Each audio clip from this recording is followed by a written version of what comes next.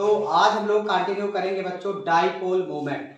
Dipole moment बहुत ही important topic है chemistry के लिए, तो सभी लोग नोट्स निकालिए और स्टार्ट करते हैं डाइपोल मोमेंट। तो चैप्टर का नाम है chemical bonding. Chemical bonding chapter का नाम है केमिकल बॉन्डिंग। और केमिकल बॉन्डिंग में जो टॉपिक आज हम लोग कवर करने वाले हैं नाम है बच्चों डाइपोल मूवमेंट। डाइपोल मूवमेंट को हम लोग न्यू से रिप्रेजेंट करेंगे। डाइपोल मूवमेंट को न्यू से रिप्रेजेंट किया जाएगा। ठीक है, ध्यान से समझना। जैसे मान लेते हैं दो एटम है, एक एटम पर चार्ज Q1 है और दूसरा एटम है, एक पर चार्ज Q1 है और दूसरा एटम है जिस पर चार्ज Q2 है। Q1 और Q2 चार्ज है दोनों एटम पर, और इनके बीच का जो डिस्टेंस है, मान लेते हैं D है। अगर Q1 और Q2 चार्ज है और इनके बीच का डिस्टेंस D है, तो जो डाइपोल मोमेंट होता है मतलब जो न्यू होता है Q into d. Dipole moment होता है Q इंटू डी, मतलब डाइपोल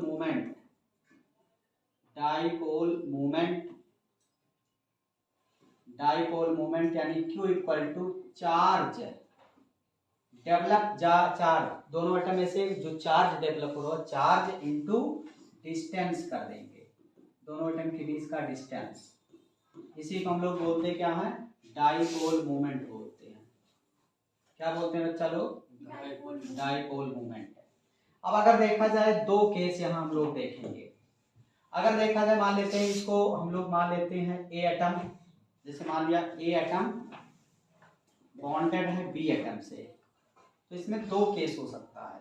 पहला केस क्या होगा, केस नंबर फर्स्ट, इफ है electronegativity of A equal to B अगर हो जाए, मान लेते हैं ए और बी की इलेक्ट्रोनेगेटिविटी अगर सेम है, तो क्या होगा, अगर ए और बी दोनों की इलेक्ट्रोनेगेटिविटी सेम है तो ए और ऐसे मान लिया सिंगल बॉन्ड बी है, तो यहाँ जो दोनों इलेक्ट्रॉन है इस बॉन्ड में, ये दोनों इलेक्ट्रॉन जितना ये अट्रैक्ट करेगा उतना ये अट्रैक्ट करेगा, क्योंकि इलेक्ट्रोनेगेटिविटी होता है फोर्स ऑफ अट्रैक्शन ना।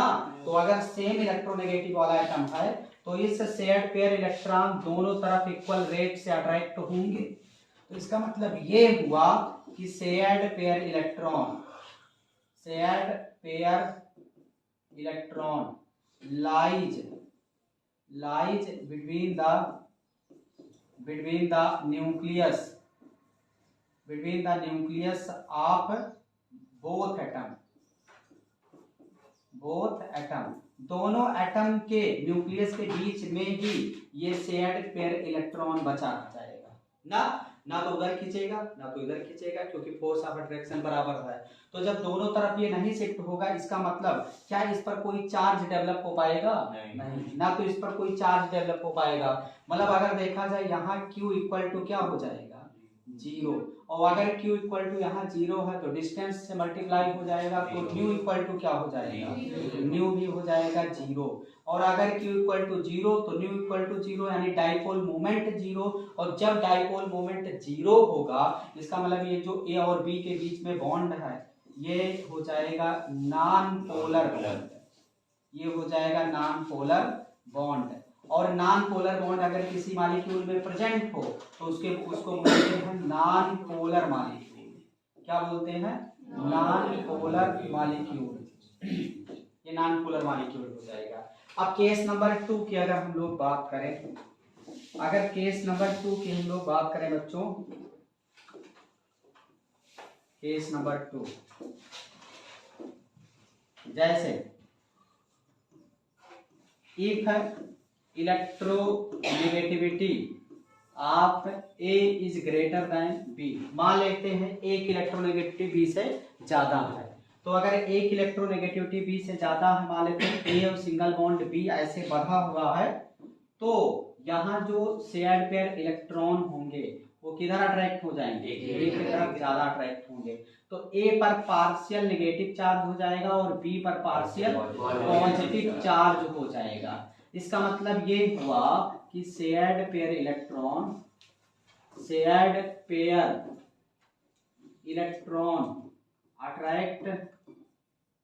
Attract towards more electronegative atom, मतलब मीना की तरफ अट्रैक्ट होगा, मोर इलेक्ट्रोनेगेटिव एटम। इसका मतलब क्या हुआ बच्चों, जब चार्ज जीरो हो पाएगा क्या, बोलो नहीं। तो इसका मतलब Q not equal to zero. तो जब Q नहीं जीरो होगा तो क्या डाइपोल मोमेंट जीरो होगा, तो ये भी जीरो नहीं होगा। जब डाइपोल मोमेंट जीरो नहीं होगा इसका मतलब ये बोला जाएगा पोलर बॉन्ड बोला जाएगा। ये जो बॉन्ड है और बी के बीच में क्या, पोलर बॉन्ड। और ये जो मॉलिक्यूल होगा इसको बोलेंगे पोलर मॉलिक्यूल, इसको बोलते हैं पोलर मॉलिक्यूल। बात समझ में आया। तो अगर देखा जाए किसी कोवैलेंट कंपाउंड में कितना पोलरिटी है, कितना मतलब उस पर चार्ज है, जिस क्वांटिटी के द्वारा हम लोग मेजर करते हैं उसी को बोला जाता है क्या, डाइपोल मोमेंट। तो डाइपोल मोमेंट क्या है, dipole moment is defined as degree of polarity develop in covalent compound due to difference the electronegativity of atom. Electronegativity of atom के डिफरेंस होने की वजह से जो पोलरिटी डेवलप होता है किसी कोवैलेंट कंपाउंड में, उसको मेजर किया जाता है किसके द्वारा, डाइपोल मोमेंट के द्वारा। क्लियर है कि नहीं। तो पहले आप इसको नोट करो फिर डेफिनेशन लिखवाएं, इसको लिख लो जल्दी से। तो चलो आगे हम लोग डेफिनेशन इसका लिखते हैं बच्चों। देखो किसी भी कोवैलेंट कंपाउंड में पोलरिटी का डेवलप होना इस क्वांटिटी के द्वारा हम लोग मेजर करते हैं उसको क्या बोलते हैं, डाइपोल मोमेंट। तो चलो स्टार्ट करो, एक स्टेटमेंट लिखो continue. Dipole moment is defined as dipole moment is defined as dipole moment is defined as dipole moment is defined as degree of polarity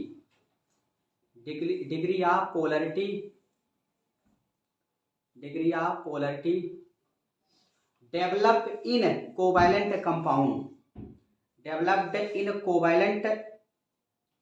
compound के जगह पर कोवैलेंट बॉन्ड करो, developed in covalent bond,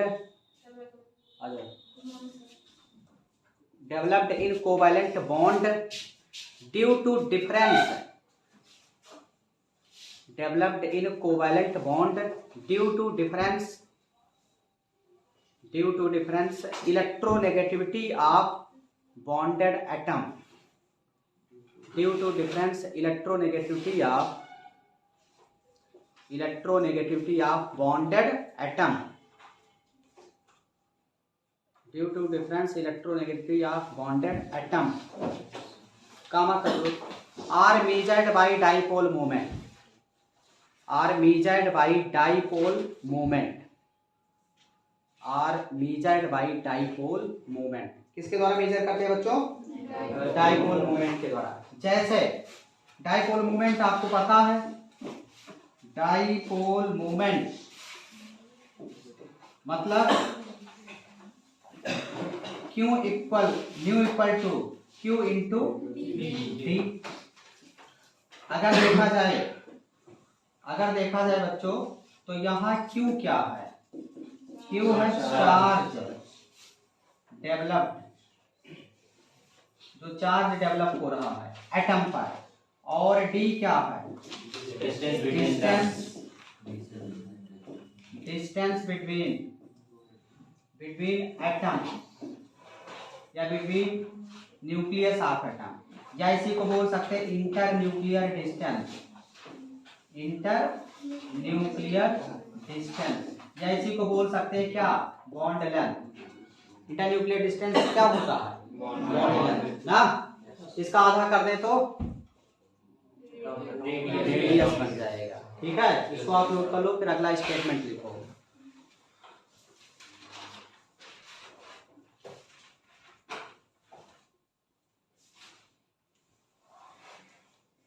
speed में लिखते रहो, statement लिखना है फिर उसको आगे धीरे धीरे समझना है। नोट्स बहुत इंपॉर्टेंट है। अभी जो एप्लीकेशन स्टार्ट हो जाएगा, कैसे मतलब मॉलिक्यूल में पता चलेगा, पहले थ्योरेटिकल पोर्शन कवर किया जाए।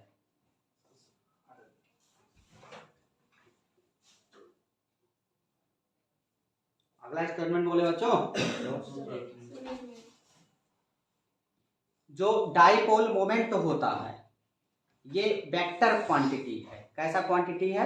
वेक्टर क्वांटिटी है।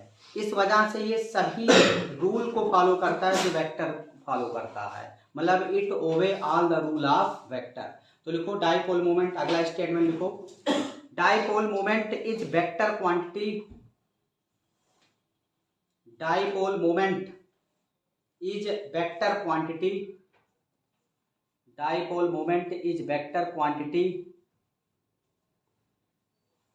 Dipole moment is a vector quantity, vector quantity, so it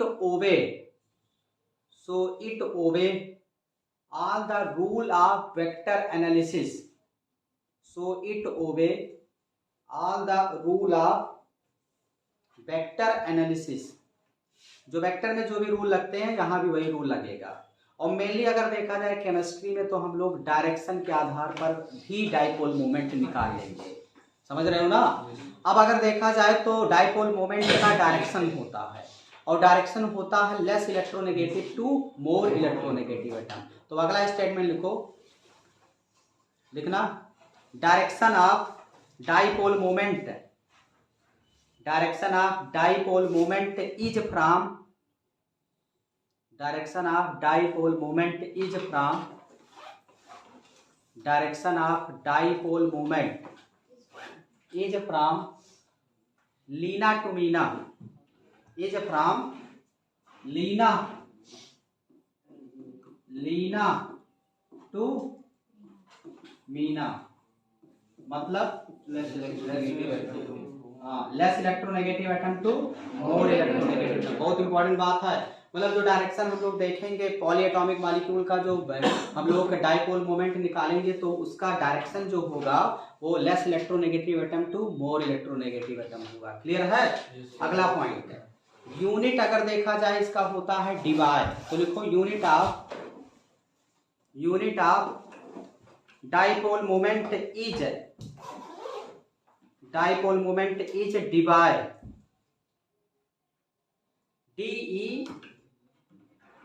DEVYE, divide को कैपिटल डी से रिप्रेजेंट करेंगे। Unit of dipole moment is divide, DEVYE divide. Clear है बच्चों? अंडरलाइन कर देना डिवाइड। चलो आगे बढ़ते हैं।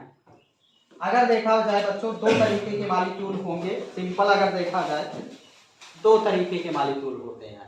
एक होमोन्यूक्लियर मॉलिक्यूल होता है डाइएटॉमिक मॉलिक्यूल, और एक हेटेरोन्यूक्लियर डाइएटॉमिक मॉलिक्यूल। वैसे पॉलीएटॉमिक के बारे में हम लोग बाद में कवर करेंगे, पहले हम लोग डाइएटॉमिक देखते हैं। अच्छा, अगर एटम लिखा मतलब एक सिंगल एटम है, डाइएटॉमिक मॉलिक्यूल है मतलब दो एटम उसमें होंगे, और पॉलीएटॉमिक मॉलिक्यूल लिखा है तो उसमें ढेर सारे एटम होंगे। तो हम लोग डाइएटॉमिक मॉलिक्यूल की अगर बात करें तो दो टाइप का होगा, एक होता है होमोन्यूक्लियर डाइएटॉमिक मॉलिक्यूल और एक होता है हेटेरोन्यूक्लियर डाइएटॉमिक मॉलिक्यूल। तो जो होमोन्यूक्लियर डाइएटॉमिक मॉलिक्यूल है जैसे इस टाइप का, देखना पहले लिख लो एक स्टेटमेंट, डाइपोल मोमेंट ऑफ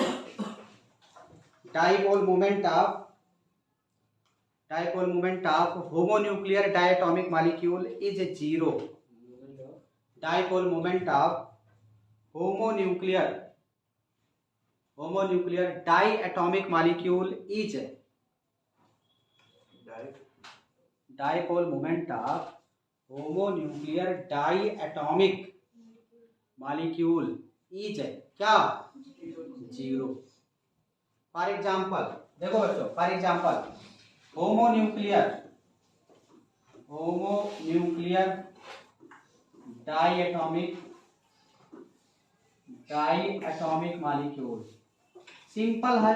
जैसे मान लिया a single bond A, homonuclear नहीं हो गया, मतलब दोनों सेम टाइप के हो गए।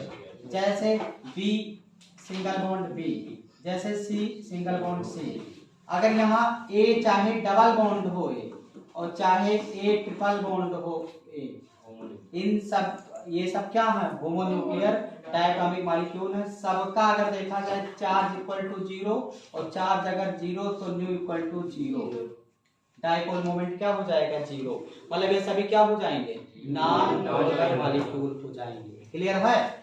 ऐसे ही dipole moment of heteronuclear diatomic molecule is not equal to 0। अगर हेट्रोन्यूक्लियर डायटोमिक मॉलिक्यूल है तो उसका डाइपोल मोमेंट 0 नहीं होगा। फॉर एग्जांपल जैसे मान लिया ए सिंगल बॉन्ड बी, तो क्या दोनों की इलेक्ट्रोनेगेटिविटी सेम है क्या? तो सेम नहीं होगा तो कुछ ना कुछ तो चार्ज डेवलप होगा ही, और चार्ज कुछ ना कुछ आ गया तो डिस्टेंस भी तो कुछ ना कुछ है, और चार्ज डिस्टेंस अगर आया तो कहीं ना कहीं डाइपोल मोमेंट कुछ ना कुछ आ ही जाएगा। तो इसका भी डाइपोल मोमेंट 0 नहीं हो सकता है, चाहे ये डबल बॉन्ड से कनेक्ट हो और चाहे ये ट्रिपल बॉन्ड से कनेक्ट हो। ये सभी हेट्रोन्यूक्लियर डायटोमिक मॉलिक्यूल हैं। इनका चार्ज नॉट इक्वल टू 0 तो डाइपोल मोमेंट भी नॉट इक्वल टू 0। इसका मतलब ये सब क्या हो जाएंगे पोलर मॉलिक्यूल हो जाएंगे, और ऊपर वाले सब क्या हो जाएंगे नॉन पोलर मॉलिक्यूल हो जाएंगे। ऊपर वाले नॉन पोलर मॉलिक्यूल हो जाएंगे। अगर इनका कुछ एग्जाम्पल हम लोग देखें बच्चों, तो अगर इनका कुछ एग्जाम्पल हम लोग देखें तो जैसे देखना, जैसे मान लिया H2 ले लो, पोलर होमोन्यूक्लियर है कि हेट्रोन्यूक्लियर? होमोन्यूक्लियर। जैसे O2 होमो की हेट्रो, जैसे N2 Cl2 F2, ये सभी क्या है मतलब इनका जो Q होगा 0 तो न्यू होगा 0, ये सभी क्या हो जाएंगे नॉन पोलर मॉलिक्यूल हो जाएंगे। इनका अगर एग्जांपल की हम लोग बात कर लें तो जैसे HCl ले लो, हेट्रोन्यूक्लियर है ना, अलग अलग एटम। जैसे HBr ले लो, अलग है ना। जैसे ऐसे डिफरेंट टाइप के कोई भी कंपाउंड हम लोग ले सकते हैं। जैसे मान लिया CHBr ले लें, C कार्बन Br ले लो, या कार्बन फ्लोरीन ले लो, या कार्बन ऑक्सीजन ले लो। इन सब बॉन्ड में अगर देखा जाए तो क्या है ये, क्या चार्ज 0 होगा? क्या न्यू 0 होगा? तो जब सभी नहीं 0 होंगे मतलब ये सभी पोलर मॉलिक्यूल हो जाएंगे। सभी क्या हो जाएंगे पोलर मॉलिक्यूल। यहाँ तक नोट करो जल्दी से, इसको रोको camera.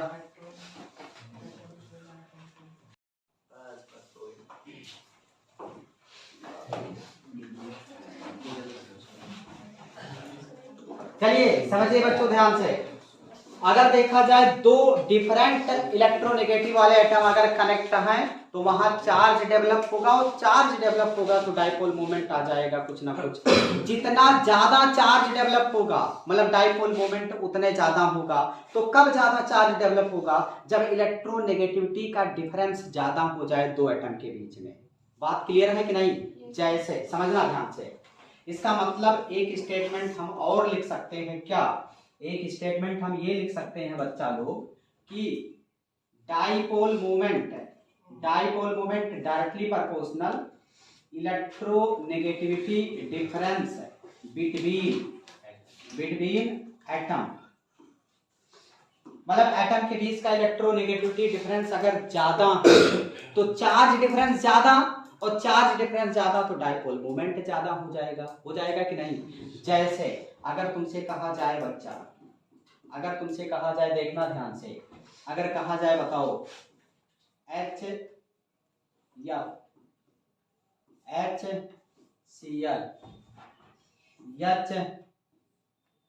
HBr HI,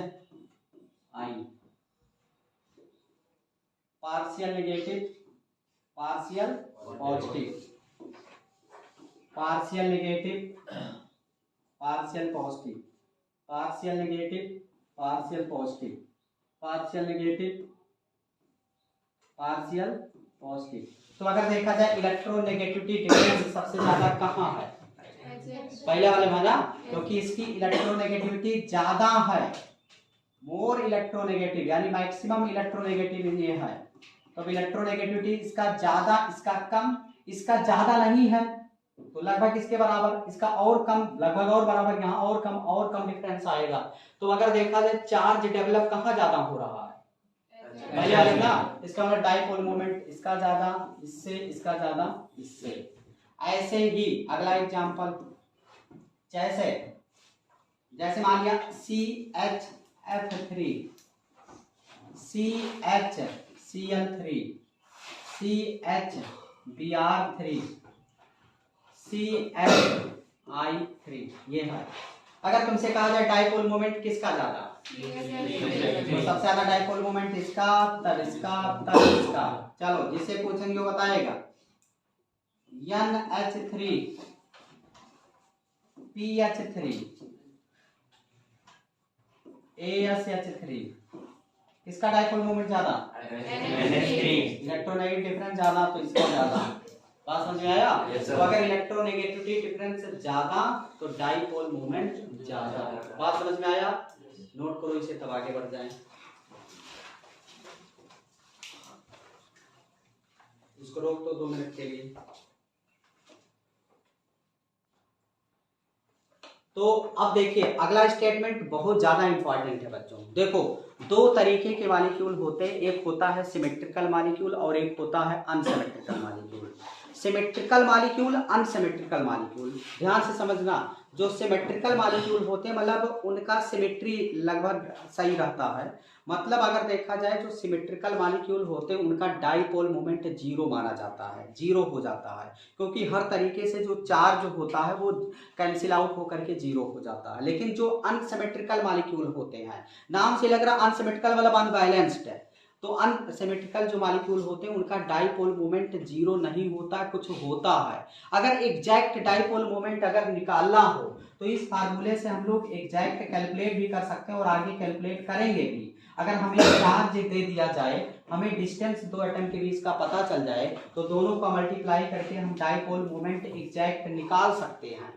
but calculation हम अंतिम चरण में कैलकुलेशन करेंगे, न्यूमेरिकल कैलकुलेशन पर। अभी हम लोग थ्योरेटिकली क्वेश्चन को सॉल्व करने की कोशिश करेंगे। आपसे सवाल इस टाइप का ज्यादातर पूछा जाता है कि किसका डाइपोल मोमेंट 0 होगा, किसका डाइपोल मोमेंट 0 नहीं होगा, इंक्रीजिंग आर्डर बता दो, डिक्रीजिंग आर्डर बता दो। तो इस टाइप के क्वेश्चन के लिए तुम्हें कुछ ट्रिक और टेक्निक पता होना चाहिए, क्योंकि कैलकुलेशन तो है नहीं, ज्यादा या कम, 0 या 0 नहीं, इस टाइप का तो इसमें कैलकुलेशन नहीं होता। तो मैं कुछ ट्रिक पता होना चाहिए।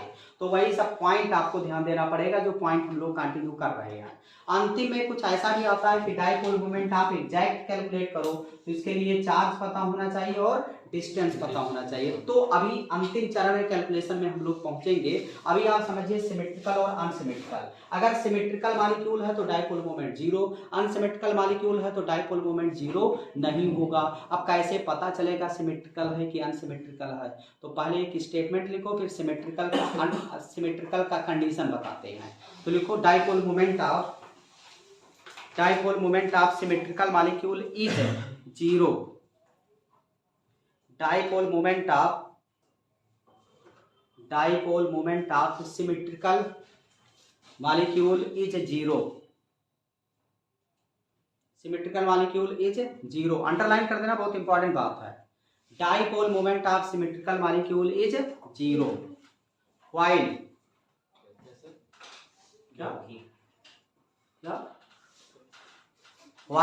Dipole moment of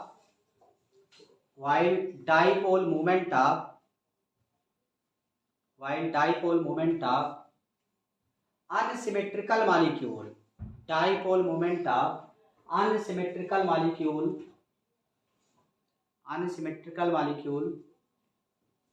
is not equal to 0, is not equal to 0,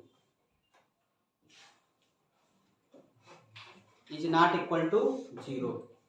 अब अगर हमें सिमेट्रिकल मॉलिक्यूल पता चल जाए बच्चों, तो आसानी से अनसिमेट्रिकल तो हम आइडेंटिफाई कर ही लेंगे ना। तो हम सिमेट्रिकल के कुछ कंडीशन देखते हैं, तभी हम सिमेट्रिकल अनसिमेट्रिकल फाइंड कर पाएंगे। और सिमेट्रिकल है तो डायरेक्ट डाइपोल मोमेंट 0, अनसिमेट्रिकल है तो नॉट इक्वल टू 0 ना।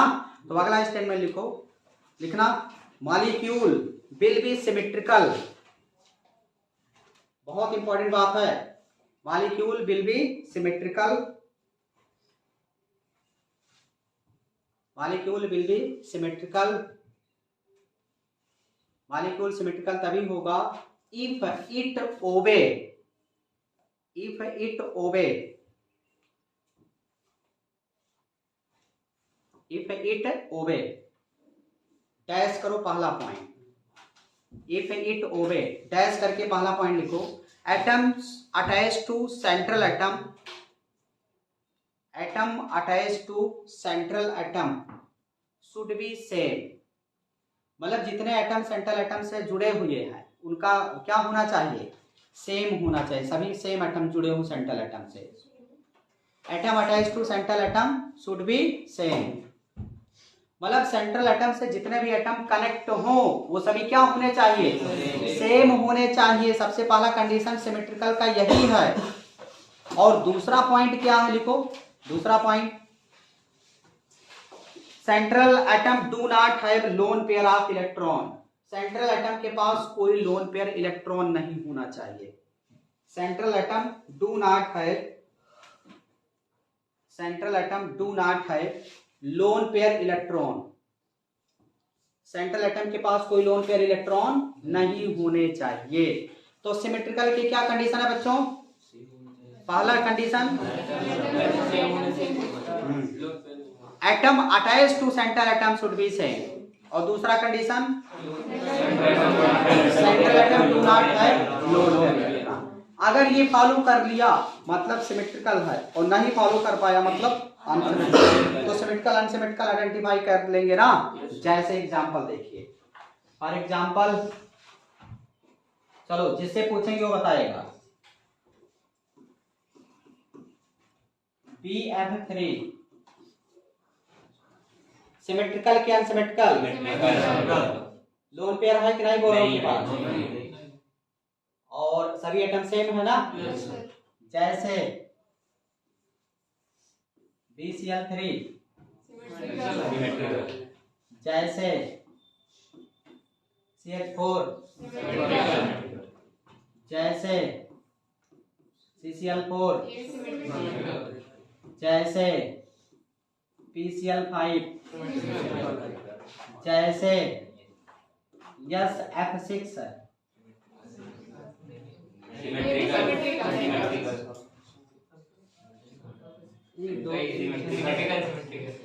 अरे यार 6 इलेक्ट्रॉन था, 6 बॉन्ड बना लिया फ्लोरीन के साथ, तो लोन पेयर 0 नहीं बचा। लोन पेयर 0 से एटम जुड़े हैं सेंट्रल एटम से, सिमेट्रिकल है कि नहीं। अच्छा ये बताओ,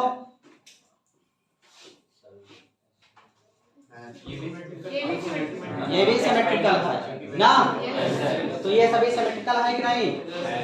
अच्छा ये बताओ,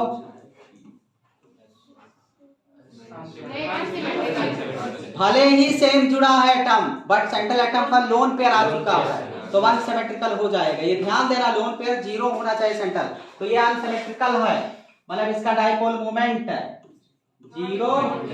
तो क्या होगा एग्जैक्ट हम नहीं बता सकते हैं जब तक कुछ डेटा हमें पता हो, एग्जैक्ट रखना पड़ जाएगा ना।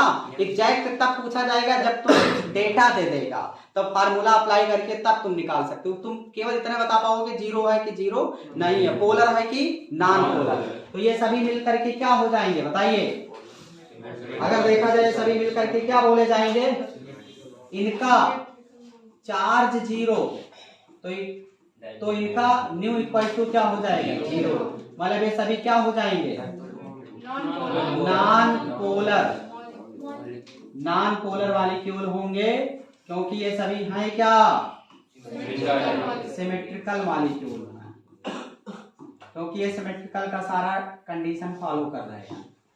जैसे जिससे पूछेंगे वो बताएगा, जैसे H2O सिमेट्रिकल की अनसिमेट्रिकल,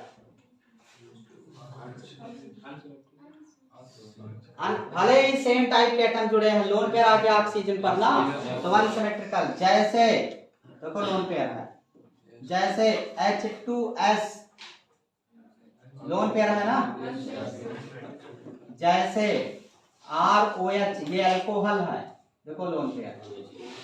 जैसे ROR लग रहा है कि सिमेट्रिकल, बट ये सिमेट्रिकल नहीं माना जाएगा, ठीक है। जैसे RSH ये सभी क्या है बच्चा लोग, ये सभी अनसिमेट्रिकल मॉलिक्यूल हैं, अनसिमेट्रिकल मॉलिक्यूल। तो क्या इनका डाइपोल मूवमेंट न्यू जीरो होगा? Mu not equal to zero, मतलब ये सभी क्या हो जाएंगे, पोलर मॉलिक्यूल हो जाएंगे। नोट कर लो। अब इसके आगे हम लोग देखेंगे in case of poly atomic molecule, मतलब है तो in case of poly atomic molecule, poly atomic molecule, in case of poly atomic molecule, poly atomic molecule की बात हम लोग करें अगर, तो जो डाइपोल मोमेंट होता है पॉली एटॉमिक मॉलिक्यूल के केस में, in case of poly atomic molecule, dipole moment is depend upon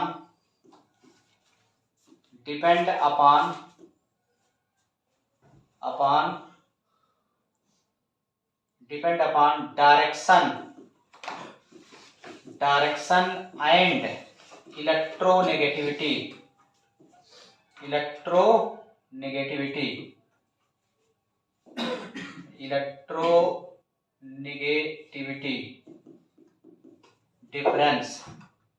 electronegativity difference।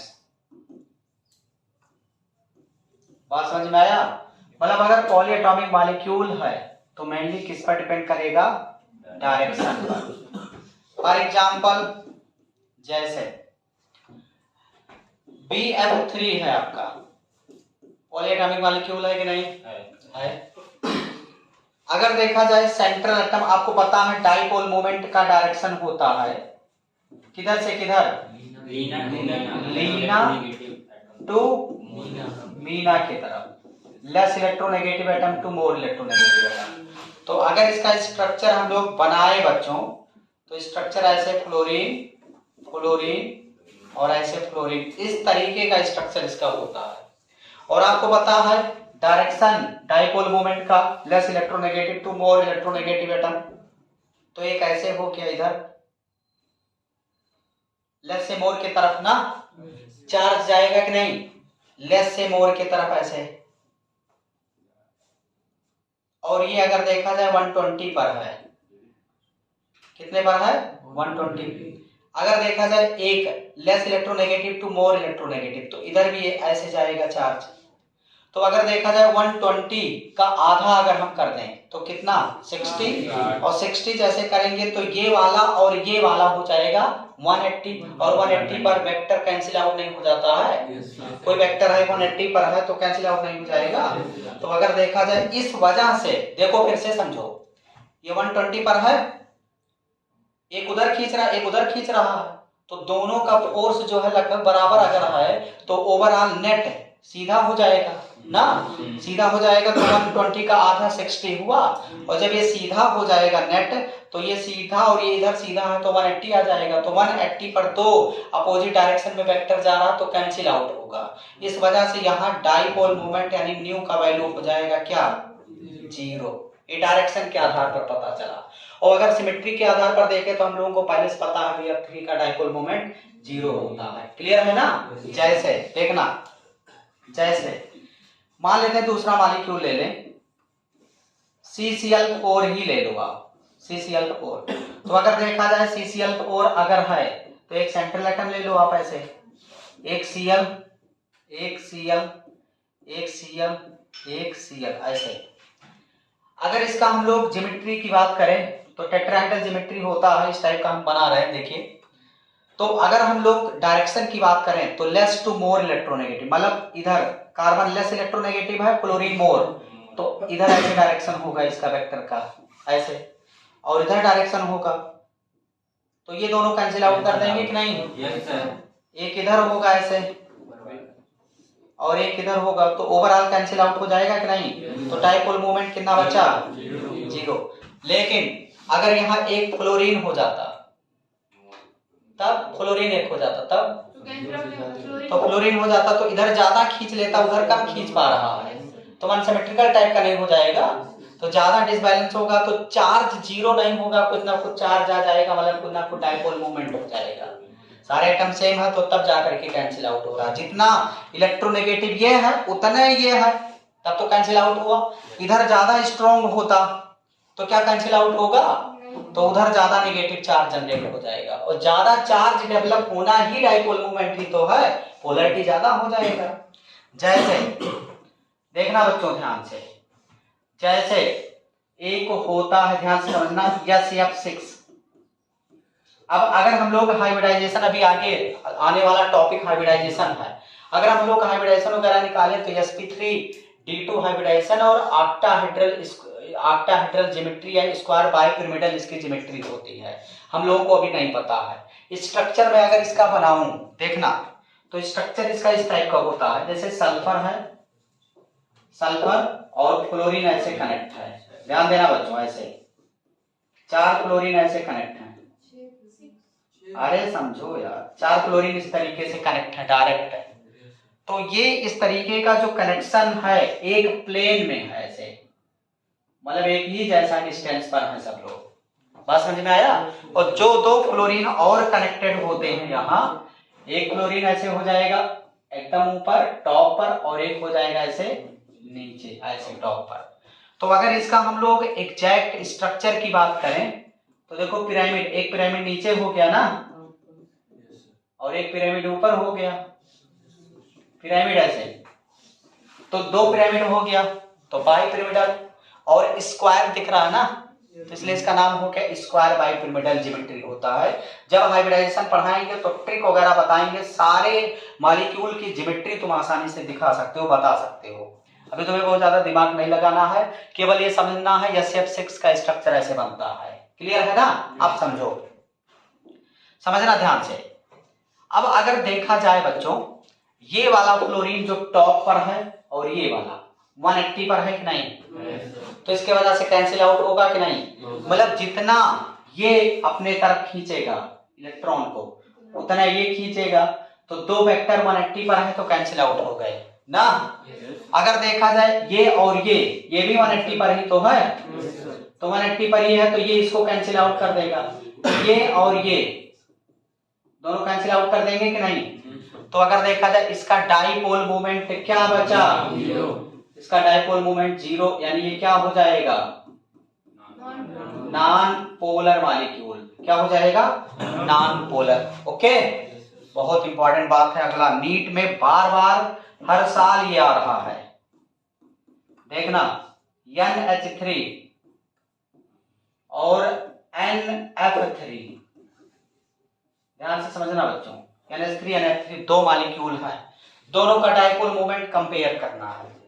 ध्यान देना, अगर NH3 का स्ट्रक्चर हम लोग बनाना चाहें तो ऐसे बनता है, नाइट्रोजन और ऐसे लोन पेयर ऐसे एक ऑर्बिटल में रख दिया और 3 हाइड्रोजन ऐसे है ना, ऐसे ही तो स्ट्रक्चर बनता है। NH3 का स्ट्रक्चर ये हो गया। ये जो बैलून जैसा लगाया हुआ है ये ऑर्बिटल है, आगे बताएंगे ऑर्बिटल क्या। ऑर्बिटल तो एटॉमिक स्ट्रक्चर में हम लोग पढ़े थे ना, कैसे ऑर्बिटल किस तरीके से स्ट्रक्चर बनाते हैं, आगे हाइब्रिडाइजेशन वाले में चैप्टर टॉपिक में आने वाला है। इसका अगर हम लोग स्ट्रक्चर बनाए तो नाइट्रोजन आपका सेंट्रल एटम, 3 फ्लोरीन ऐसे कनेक्ट हो जाएगा ना, ऐसे, और ऐसे लोन पेयर एक ऑर्बिटल में ऐसे पड़ा हुआ है। ओके, अब अगर इसके हम डायरेक्शन की बात कर लें तो आपको पता है डाइपोल मोमेंट का डायरेक्शन लीना टू मीना होता है, मतलब less electronegative to more electronegative atom. तो अगर देखा जाए अब पहले अगर लोन पेयर की बात करें तो लोन पेयर का डायरेक्शन की वजह से इलेक्ट्रॉन ऐसे ऊपर शिफ्ट होगा, तो लोन पेयर इलेक्ट्रॉन जो है एकदम ऐसे ऊपर ही रहेगा, इसका डायरेक्शन फिक्स है। ठीक है, अब एटम के आधार पर हम लोग देखें तो ये लेस इलेक्ट्रोनेगेटिव है, ये मोर है, तो मान लेते हैं इसके वजह से जो डाइपोल मोमेंट आया होगा, मान लेते हैं म्यू डैश आया है, और इसके वजह से मान लेते हैं आया है क्या, म्यू डैश आया है। ओके, अब यहां एटम की बात हम कर ले, अगर देखा जाए ये नाइट्रोजन और हाइड्रोजन एटम है, तो ये कम इलेक्ट्रोनेगेटिव है, तो यहां डायरेक्शन जो होगा डाइपोल मोमेंट का, यहां जो डायरेक्शन होगा ऐसे ऊपर ना, ऐसे, और ये भी कम इलेक्ट्रोनेगेटिव तो इसका भी डायरेक्शन ऊपर ना, ये भी कम इलेक्ट्रोनेगेटिव तो इसका भी डायरेक्शन ऊपर होगा कि नहीं। तो अगर देखा जाए इन तीनों हाइड्रोजन की वजह से मान लेते हैं डाइपोल मोमेंट आ गया म्यू डबल डैश, आया कि नहीं। अरे भाई तीन हाइड्रोजन का अलग सिचुएशन है, लोन पेयर का अलग है, तो दोनों का ओवरऑल डायरेक्शन एक ही है कि अलग अलग है, एक के डायरेक्शन में लगभग जा रहा है ना, तो जब एक डायरेक्शन में है तो यहाँ डाइपोल मोमेंट यानी म्यू नेट क्या हो जाएगा, ऐड हो जाएगा, म्यू डैश और म्यू डबल डैश, मतलब डाइपोल मोमेंट यहाँ बढ़ता हुआ दिख रहा है, जीरो तो होगा ही नहीं किसी कीमत पर, बढ़ रहा है दो फैक्टर की वजह से ना। चलो यहां देख लेते हैं बच्चा, ध्यान देना, यहां अगर देखा जाए तो इसकी वजह से ऊपर जा रहा है, लेकिन फ्लोरीन कनेक्ट है ना, और आपको पता है फ्लोरीन मोर इलेक्ट्रोनेगेटिव एटम होता है, तो यहां जो डाइपोल मोमेंट का डायरेक्शन होगा नाइट्रोजन से फ्लोरीन की तरफ, नाइट्रोजन से फ्लोरीन की तरफ, क्योंकि फ्लोरीन ज्यादा इलेक्ट्रोनेगेटिव है नाइट्रोजन से, नाइट्रोजन से फ्लोरीन की तरफ, तो इसका मतलब मान लेते हैं इसके वजह से जो डाइपोल मोमेंट रहा होगा म्यू डबल डैश रहा है। तो अगर देखा जाए यहाँ NH3 के केस में म्यू डैश और म्यू डबल डैश में क्या डायरेक्शन सेम है, डायरेक्शन सेम नहीं है, अपोजिट डायरेक्शन में है, तो अपोजिट डायरेक्शन में होगा तो एग्जैक्ट तो जीरो होगा नहीं, ऐसा तो है नहीं कि जितना जो है लोन पेयर की वजह से ऊपर जा रहा उतने तीनों फ्लोरीन की वजह से आ रहा है, जीरो तो है नहीं, मतलब कुछ जीरो के अलावा कुछ ना कुछ डिफरेंस तो आएगा ही। तो अगर देखा जाए डाइपोल मोमेंट यानी न्यू नेट की बात करें तो हमें डिफरेंस अगर बताना है तो ज्यादा में से कम माइनस कर दो, यानी mu double dash minus mu dash, तो इसका डाइपोल मोमेंट ये हो जाएगा। मान लेते इसके वजह से कोई डाइपोल मोमेंट है, इसके वजह से कुछ है, तो दोनों का डिफरेंस लाएंगे तो म्यू नेट आ जाएगा। तो अगर तुमसे कहा जाए कि बताओ किसका वैल्यू ज्यादा है, इधर वाला म्यू नेट का कि उधर वाले का, हाँ, तो NH3 का डाइपोल मोमेंट NH3 से ज्यादा होता है, बहुत इंपॉर्टेंट बात है। अगर देखा जाए इलेक्ट्रोनेगेटिविटी जो हमने पढ़ाया था ना, तो वहां इलेक्ट्रोनेगेटिविटी से ऐसा लग रहा है कि यार फ्लोरीन ज्यादा इलेक्ट्रोनेगेटिव है, डाइपोल मोमेंट ज्यादा हो जाएगा, और बच्चे यही अपने दिमाग में फीड किए रहते हैं, गलत कर देते हैं तुरंत। तो NH3 का डाइपोल मोमेंट NH3 से कम है, डायरेक्शन के आधार पर पता चल रहा है, क्लियर है कि नहीं। तो पहले आप इसको नोट कर लो, नोट करो फिर आगे बढ़ते हैं। Example C double bond H है और यहां लगा हुआ है, यहां लगा हुआ है बच्चों हाइड्रोजन, और यहां लगा है Cl क्लोरीन, यहां लगा है हाइड्रोजन, यहां लगा है क्लोरीन, ऐसे एक स्ट्रक्चर ये है, और एक ऐसा डबल बॉन्ड C। अभी तुम 11th में हो तो ऐसे स्ट्रक्चर से तुम्हें डर लग रहा होगा, लेकिन जब ऑर्गेनिक से मुलाकात होगा आपका तो ऐसे बहुत कठिन स्ट्रक्चर आपके रास्ते में आएंगे, ठीक है ना। अगर देखा जाए, देखो यहाँ Cl डबल बॉन्ड के एक ही डायरेक्शन में है, सेम डायरेक्शन में है ना, इसलिए इसका नाम होता है सिस, इसको बोलते हैं सिस फॉर्म। क्या बोलते हैं, सिस फॉर्म। और अगर देखा जाए यहाँ Cl यानी सेम अपोजिट डायरेक्शन में है तो इसको बोला जाता है क्या, ट्रांस। तो ये एक सिस है, एक ट्रांस है। अब अगर डाइपोल मोमेंट हमें बताना हो कि सिस का जीरो होगा कि ट्रांस का जीरो होगा या किसका जीरो नहीं होगा, तो चेक करते हैं। अगर डाइपोल मोमेंट की बात किया जाए बच्चा तो Leena to Meena, less electronegative से मोर इलेक्ट्रोनेगेटिव एटम, ऐसे less electronegative to more electronegative ना, less electronegative to more electronegative, less electronegative to more electronegative. तो क्या कैंसिल आउट हो रहा है? देखो ये भी इधर आ रहा है, ये भी इधर, तो एक ही डायरेक्शन में गया, ये इधर इधर एक ही डायरेक्शन में तो आया। क्या कैंसिल आउट हो पा रहा? दो वेक्टर एकदम अपोजिट होगा तभी कैंसिल आउट होगा, तो अपोजिट तो एकदम है नहीं, तो क्या डायपोल मोमेंट जीरो आएगा? Dipole moment not equal to zero, मतलब ये क्या हो जाएगा? पोलर हो जाता, पोलर मॉलिक्यूल है। लेकिन यहां अगर देखा जाए less electronegative to more electronegative atom, less electronegative to more electronegative, ये दोनों कैंसिल आउट हो गया ना। yes, अगर देखा जाए less electronegative to more electronegative, less electronegative to more electronegative, तो ये भी कैंसिल आउट। देखो न्यूट्रल, ऐसा नहीं है कि आउटवर्ड जाएगा तभी कैंसिल आउट, इनवर्ड भी आ रहा है सेम चार्ज से तो भी वो कैंसिल आउट मानते हैं। तो क्या हो जाएगा बोलो? ये भी dipole moment mu not equal to zero, और इसे क्या बोल देंगे? सॉरी सॉरी, अरे कहा, हाँ एक मिनट, क्या हो जाएगा बच्चों यहाँ? ट्रांस है ना, न्यू इक्वल टू जीरो, मतलब क्या हो जाएगा? Non polar. तो बहुत इंपॉर्टेंट है, एग्जाम्पल ऑर्गेनिक का है, ये ऑर्गेनिक केमिस्ट्री में ऐसे एग्जाम्पल तुम्हें मिलेंगे। अभी हम लोग इनऑर्गेनिक पढ़ रहे थे, जैसे ध्यान देना बच्चों, ये है बेंजीन, ये अभी बेंजीन नहीं है, 10th में आपको पढ़ाया गया होगा, साइक्लोहेक्सेन अभी है। क्या है? साइक्लोहेक्सेन।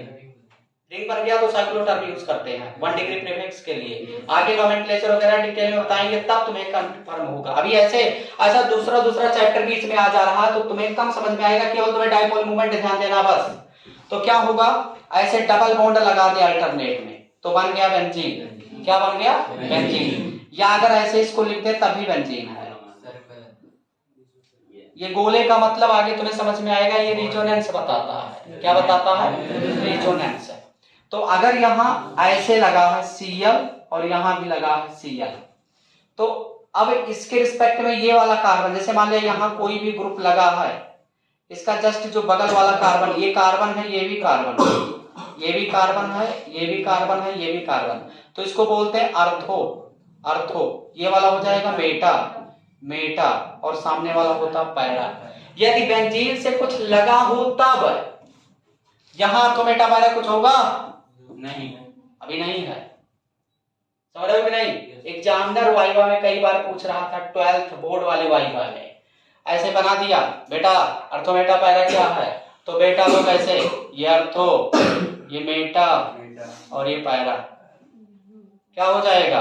कब अर्थो मेटा पैरा बोलेंगे? जब कुछ ना कुछ ग्रुप लगा देंगे, जब ऑर्गेनिक पढ़ाएंगे तब आपको डिटेल बताएंगे।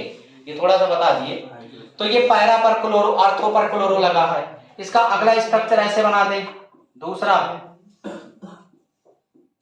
Cl, अब की बार मैं यहां Cl लगा दिया, और तीसरा स्ट्रक्चर ऐसे बना दे, अब की बार Cl यहां लगा दे ना। ध्यान देना बच्चों, अगर देखा जाए डायरेक्शन के आधार पर देखें तो लीना टू मीना, लीना टू मीना ना, Leena to Meena, Leena to Meena, Leena to Meena, para वाला तो एकदम कैंसिल आउट हो जाएगा, जीरो ना। इसमें और इसमें अगर देखा जाए किसका डायपोल मोमेंट ज्यादा है, इसका वाला किसका वाला? फर्स्ट वाला ज्यादा। जैसे मान लिया हम ऐसे खड़े हैं, या हम नहीं है किसी दूसरे खड़ा करेंगे, हम क्यों खड़े होंगे? मान लिया शाश्वत खड़े हैं वहां, हमारे जगह पर शाश्वत खड़े हो गए, अरे समझो यार, और दो लोग, एक लोग इधर रस्सी बांध करके खींच रहे हैं, एक कोई सब्सटेंस रखा हुआ है और एक कोई सब्सटेंस रखा गया है, एक लोग इधर खींच रहे हैं 160 पर, या मान लेते हैं और थोड़ा एंगल बढ़ा दें, तो अगर देखा जाए ये वाला जो मटेरियल है हल्का सा थोड़ा आगे बढ़ जाएगा, हल्का मतलब वो इधर खींचा ये उधर खींचा तो थोड़ा सा स्टेट हल्का सा आगे बढ़ेगा जो बॉडी रखा गया है, लेकिन वो वाला और ये वाला और थोड़ा मतलब एंगल कम एंगल पर अगर है सीधा खींच रहे हैं तो अगर देखा जाए ये वाला मटेरियल तेजी से आगे चला जाएगा, तो डायरेक्शन ज्यादा बढ़ गया आगे ना, इलेक्ट्रॉन एक डायरेक्शन में ज्यादा होगा तो चार्ज ज्यादा डेवलप हो जाएगा तो डाइपोल मोमेंट बढ़ जाएगा। तो सबसे ज्यादा डाइपोल मोमेंट अर्थो वाला तब, मेटा वाला सबसे कम, पैरा वाला। तो इसका डाइपोल मोमेंट सबसे ज्यादा तब, इसका सबसे कम, इसका कम का मतलब जीरो। बात समझ में आया? तो ये ध्यान देना, लेफ्ट टू राइट अगर हम जा रहे हैं तो डाइपोल मोमेंट क्या हो रहा है, आ जाओ, डिक्रीज हो रहा है। क्लियर है बच्चों? नोट करो फिर आगे बढ़ते हैं। अगर इसका हमें आंसर बताना है तो देखिए, अगर देखा जाए ये ज्यादा इलेक्ट्रोनेगेटिव है, मतलब पार्शियल नेगेटिव पार्शियल पॉजिटिव, ये थोड़ा सा कम पार्शियल नेगेटिव पार्शियल पॉजिटिव, और थोड़ा कम पार्शियल नेगेटिव पार्शियल, और थोड़ा कम partial negative partial positive. According to electronegativity first ज्यादा डाइपोल मोमेंट होना चाहिए, तब सेकंड, तब थर्ड, तब फोर्थ, यही ऑर्डर आना चाहिए इलेक्ट्रोनेगेटिविटी डिफरेंस के आधार पर ना। बट आपको पता होना चाहिए कि डाइपोल मोमेंट यानी न्यू इक्वल टू होता है क्यू इंटू डी, मतलब चार्ज के साथ साथ डिस्टेंस पर ही डिपेंड करता है, और दोनों का मल्टीप्लाई जब ज्यादा होगा तो डाइपोल मोमेंट ज्यादा होगा। बात समझ में आया? तो मैक्सिमम पर केवल चार्ज ही देख करके तुरंत आंसर गलत कर देता, और नीट जेई में ये क्वेश्चन बार बार रिपीट हो रहा है। तो यदि देखा जाए होना चाहिए ये ऑर्डर अकॉर्डिंग टू इलेक्ट्रोनेगेटिविटी यानी चार्ज डिफरेंस, लेकिन ये हो जाएगा गलत। एग्जैक्ट ऑर्डर होता है CH3 Cl का बढ़ जाएगा, और फिर CH3F होगा, और फिर CH3 Br होगा, और फिर CH3I होगा। ये डोमिनेटिंग हो गया, ये थोड़ा सा आगे बढ़ गया। रीजन है कि अगर देखा जाए इलेक्ट्रोनेगेटिविटी तो एकदम कम तो है नहीं, लेकिन बॉन्ड लेंथ इसके बीच का बढ़ जा रहा है, मतलब बॉन्ड लेंथ ज्यादा होने के वजह से, ये बॉन्ड लेंथ पर भी तो डिपेंड करता है, और इलेक्ट्रोनेगेटिविटी भी थोड़ा बहुत ज्यादा है ही, तो दोनों का मल्टीप्लाई अगर देखा जाए तो CH3 Cl का डाइपोल मोमेंट CH3F से बढ़ जाता है एक्सपेरिमेंटली। इस वजह से जो करेक्ट ऑर्डर आता है CH3 Cl ज्यादा, तब CH3F, तब CH3 Br, फिर CH3I। तो यहां लिख सकते हो due to greater bond length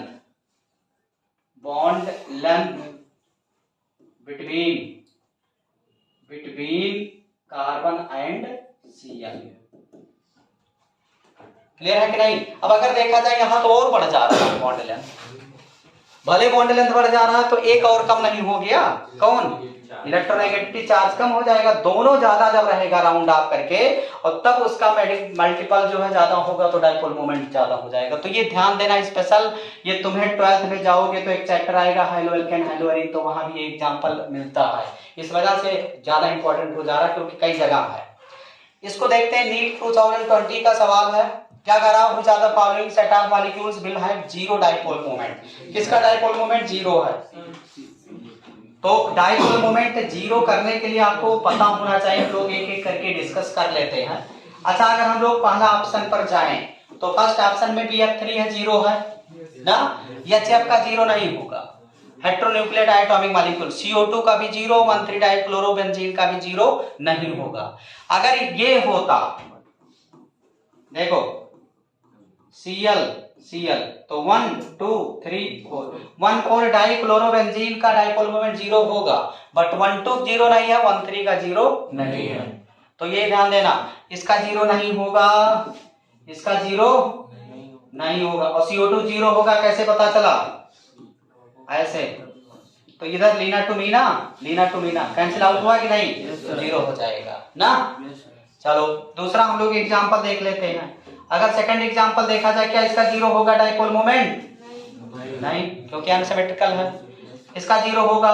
yes. इसका भी जीरो नहीं होगा, इसका जीरो नहीं होगा, इसका जीरो नहीं होगा, इसका जीरो होगा क्या? नहीं होगा, तो ये भी ऑप्शन गलत हो गया।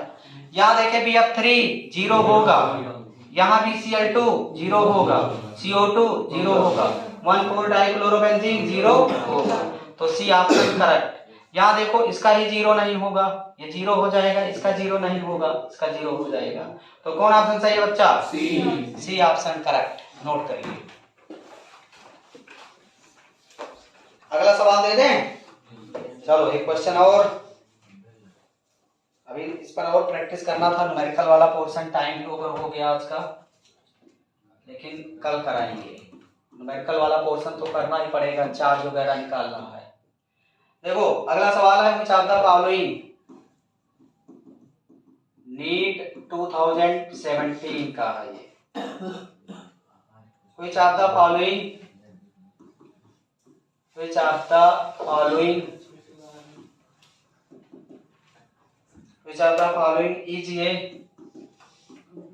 is a polar molecule?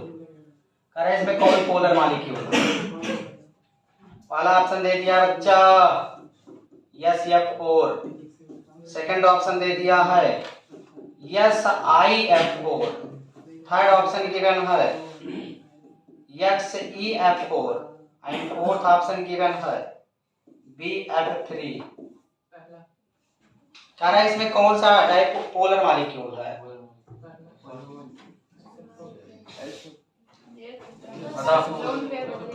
देखो पहला बना लो यार, पहला बना लो ना, कहाँ जीरो होगा? दूसरा स्ट्रक्चर, 4 इलेक्ट्रॉन और 4 क्लोरीन जुड़ गया ना, जीरो सिमेट्रिकल। इसका जीरो, ऐसे स्ट्रक्चर बनेगा बच्चों, स्क्वायर प्लेनर इसकी ज्योमेट्री होती है। 4 लोग एक साथ हैं, एक लोन पेयर ऊपर और एक लोन पेयर नीचे, तो लोन पेयर कैंसिल आउट कर देगा, और ये इधर वाला कटेगा, ये इधर वाला, तो इसका भी डाइपोल मोमेंट क्या हो जाएगा? जीरो। और इसका पहले से आपको पता है जीरो, तो कौन सही है? पहला। नोट करो, आसान है कि नहीं? लिखो तेजी से। डाइपोल मोमेंट पर कुछ हम लोग सवाल करेंगे, उसके बाद फिर आगे बढ़ेंगे। हम लोग इस समय डाइपोल मूवमेंट कंटिन्यू कर रहे हैं, तो कुछ न्यूमेरिकल हम लोग करते हैं इस पर। तो देखना, डाइपोल मूवमेंट यानी न्यू इक्वल टू होता है Q इंटू डी। डी मतलब डिस्टेंस ना। अगर देखा जाए डाइपोल मूवमेंट यानी कैपिटल डी, डिवाई से रिप्रेजेंट करेंगे, मतलब मान लिया capital D equal to Q मतलब चार्ज इंटू स्मॉल डी मतलब internuclear distance between two atom. अगर देखा जाए बच्चों 1 डिवाई इक्वल टू होता है बच्चा लोग 10 to the power minus 18 ESU dot centimetre. ESU मतलब इलेक्ट्रोस्टैटिक यूनिट ऑफ चार्ज। बात समझ में आया? क्यों, क्या है? चार्ज है, तो चार्ज का सबसे छोटा यूनिट होता है ESU।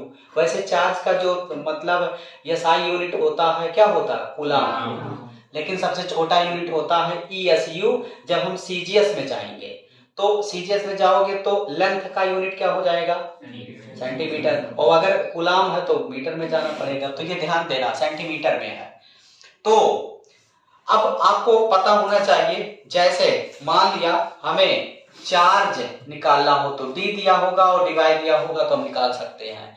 या मान लिया हम एक इलेक्ट्रॉनिक, जैसे मान लिया कोई मॉलिक्यूल है और उस मॉलिक्यूल में कितना डाइपोल मोमेंट आया, उस पर कितना फ्रैक्शनल चार्ज होगा, तो इलेक्ट्रॉन का चार्ज हमें पता है कितना, -1.6 इंटू 10⁻⁹ कूलम। तो इतने कूलम को हम ESU में पहले बदलेंगे, समझ रहे हो कि नहीं? तो 3.33 इंटू 10⁻⁻10 कूलम इक्वल टू होता है 1 ESU, समझ रहे हो? और फिर उसको हम यूनिटरी मेथड लगा करके 1 कूलम में कितना ESU होगा हम कन्वर्ट कर सकते हैं। तो फिर 1.6 इंटू 10⁻⁹ कूलम में कितना ESU होगा हम कन्वर्ट कर सकते हैं यूनिट कन्वर्जन के माध्यम से। कभी कभी तो डायरेक्ट ESU में ही इलेक्ट्रॉन का चार्ज क्वेश्चन में दे देता, तो दिक्कत नहीं है। तो एक न्यूमेरिकल हम लोग नोट करते हैं, देखिए लिखना सभी लोग। क्या सवाल है? कह रहा है diatomic molecule a diatomic molecule, a diatomic molecule has a dipole moment of 1.2 divide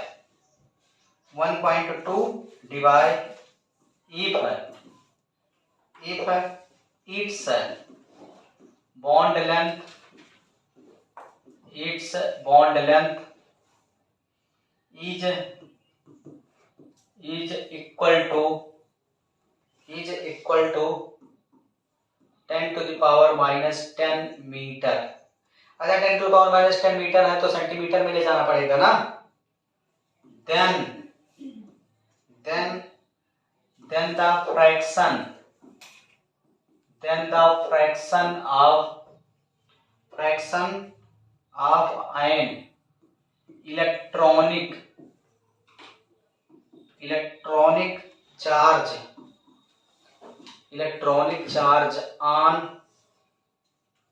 on each atom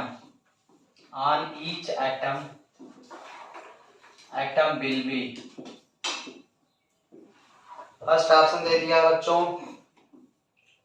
45%, second option given है 55% एंड थर्ड ऑप्शन गिवन है 75% एंड फोर्थ ऑप्शन गिवन है 25%। तो दिमाग लगाइए और सॉल्व करिए, बन जाएगा कि नहीं। देखो फ्रैक्शन ऑफ इलेक्ट्रॉनिक चार्ज चाहिए, ध्यान देना बच्चों, क्वेश्चन समझो। कह रहा है कि कोई एक डाई एटॉमिक मॉलिक्यूल है, डाई एटॉमिक मॉलिक्यूल का मतलब तुम जानते हो, है जे डाइपोल मोमेंट इसका गिवन है, कितना डाइपोल मोमेंट दिया बच्चों 1.2 डिवाइड, कह if it's bond length is equal to 10 to the power minus 10 metre, तो इसको सेंटीमीटर में बदलना पड़ेगा। फिर then the fraction of an electronic charge, fraction of electronic charge पूछ रहा है, तो फ्रैक्शन ऑफ इलेक्ट्रॉनिक चार्ज का मतलब हुआ कि इस फार्मूले के अकॉर्डिंग जितना चार्ज निकालने पर आए उतना चार्ज डिवाइड बाय एक इलेक्ट्रॉन का जितना चार्ज होता है, समझ रहे हो कि नहीं। तो पहले ये वाला क्यू निकाल लो और फिर एक इलेक्ट्रॉन का चार्ज हमें पहले से पता है -1.6 into 10 to the power -19 coulomb, उसको हमें शिफ्ट करना पड़ेगा ESU डॉट सेंटीमीटर वाले में, ESU में कन्वर्ट करना पड़ेगा। तो आपको पता होना चाहिए 3.33 into 10 to the power -10 ESU equal to 1 coulomb होता है, इतना कूलम इक्वल टू 1 ESU होता है। तो सॉल्व करो, ट्राई करो, देखो आता है कि नहीं आंसर। 1 मिनट टाइम है आपके पास, कैलकुलेशन करो फिर हम बताते हैं आ जाएगा कि नहीं। मेन है कैलकुलेशन।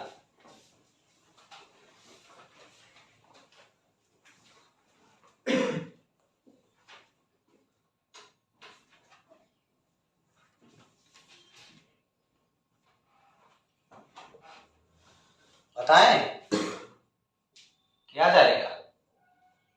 चलो एक हम सॉल्व कर लेते हैं, फिर अगला न्यूमेरिकल तुम लोग करोगे।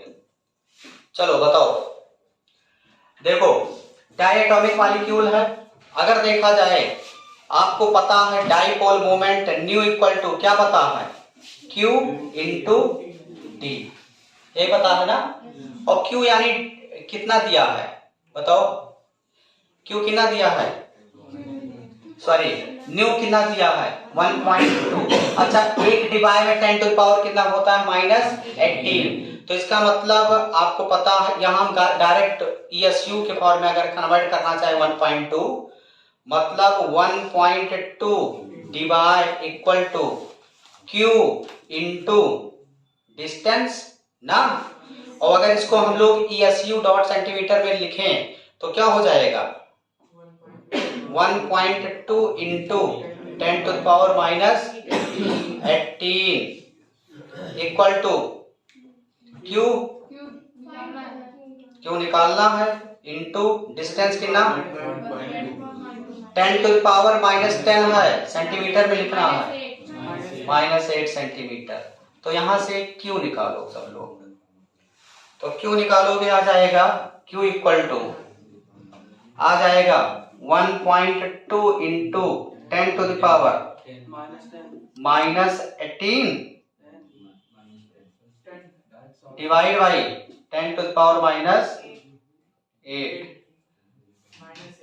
-8।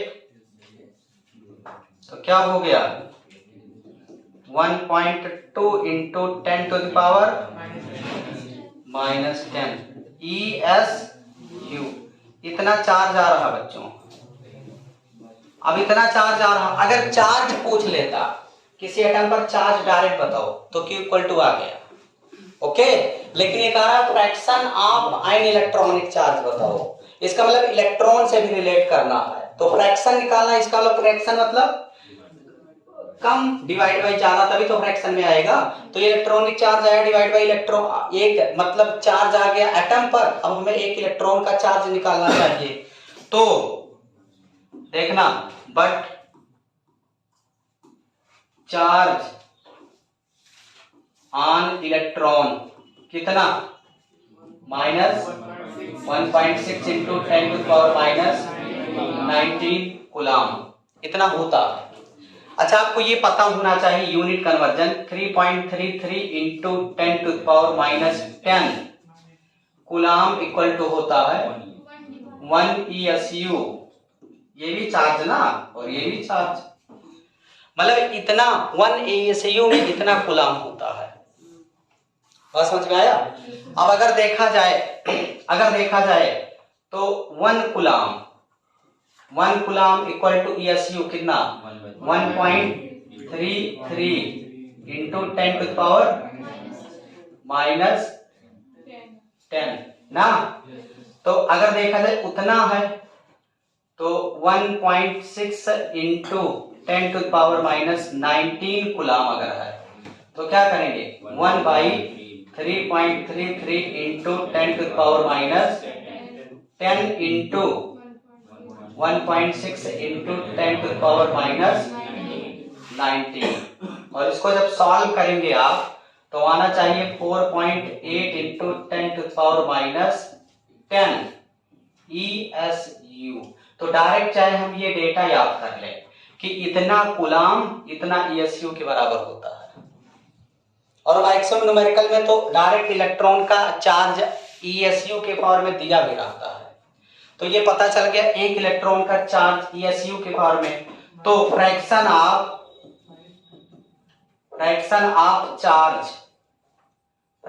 चार्ज निकालना है। तो इसका चार्ज यानी कितना 1.2 into 10⁻⁻10 divide by total charge कितना 4.8 इंटू 10⁻⁻10। तो सॉल्व कर लो कितना 0.25 इतना फ्रैक्शन आया।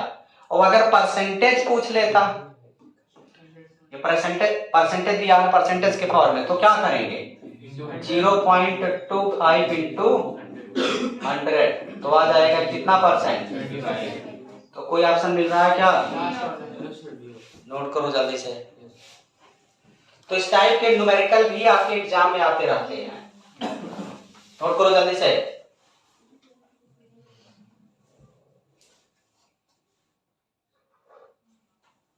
अगला सवाल तो कर लिखें। नो सर यस सर, उधर भी नोट करना इधर भी नोट करना।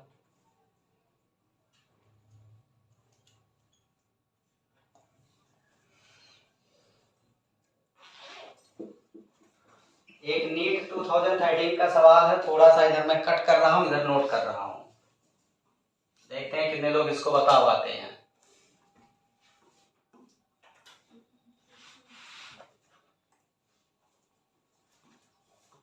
देखिए क्या कहा जा रहा है बच्चों, नीट 2013 कह रहा हूं which of the following molecule which of the following which of the following molecule has the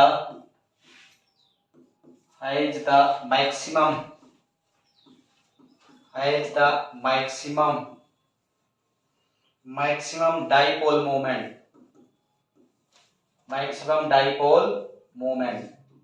करा किसका डाइपोल मोमेंट मैक्सिमम होगा।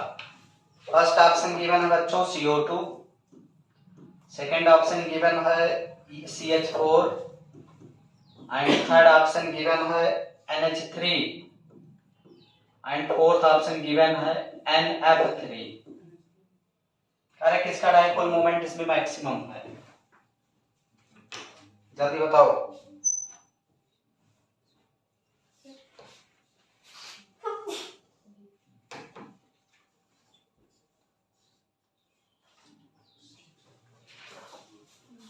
और बेटा थोड़ा सा NH3। हाँ NH3 ही है यार, काहे तुम लोग चौंके हो एकदम। हटा दें।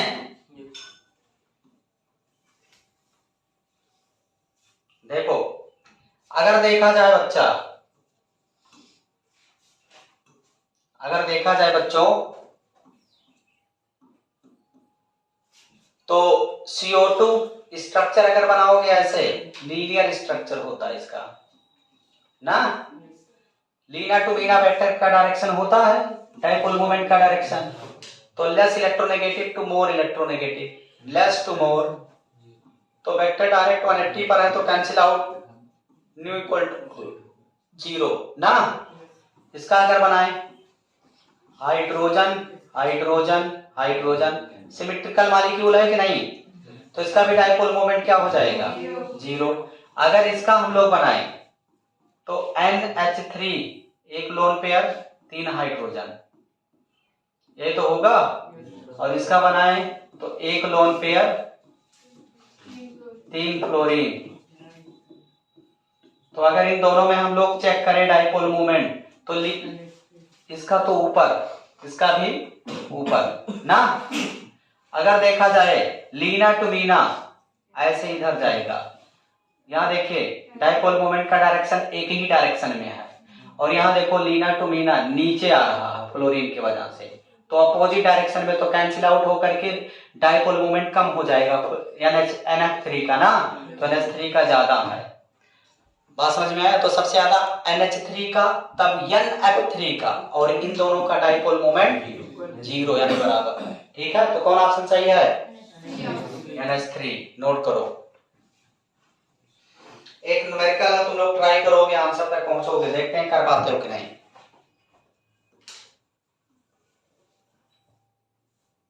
इसका आंसर सब लोग बताइए, डाइपोल मोमेंट का ही है सवाल। Molecule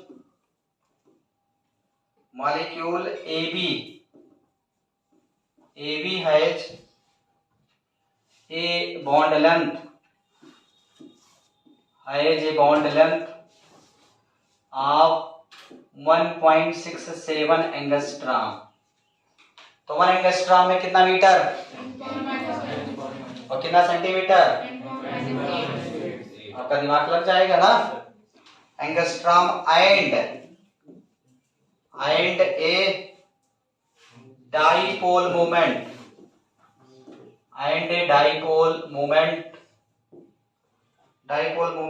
of 0.38 divide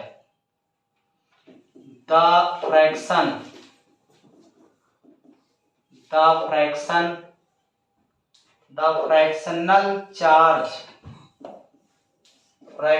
charge on each atom is, और यहाँ ब्रेकर में बच्चों पहले दे दिया है इलेक्ट्रॉन का चार्ज, तुम्हें और दिमाग का नहीं लगाना है। कितना 4.8 इंटू 10⁻⁻10 ESU। नहीं दिया तो वहां से निकालेंगे, दे दिया वाले से। First option 0, second option 1.0, third option 0.5, fourth option 0.005। तो सब लोग ट्राई करेंगे, देखते हैं कितने लोग सॉल्व करवाते हैं। इसको ट्राई करो, समझ लो ये तुरंत में सॉल्व करना, ठीक है। इसके आगे हम लोग स्टार्ट कर रहे हैं हाइब्रिडाइजेशन टॉपिक। टॉपिक ये समाप्त हो चुका है डाइपोल मोमेंट का।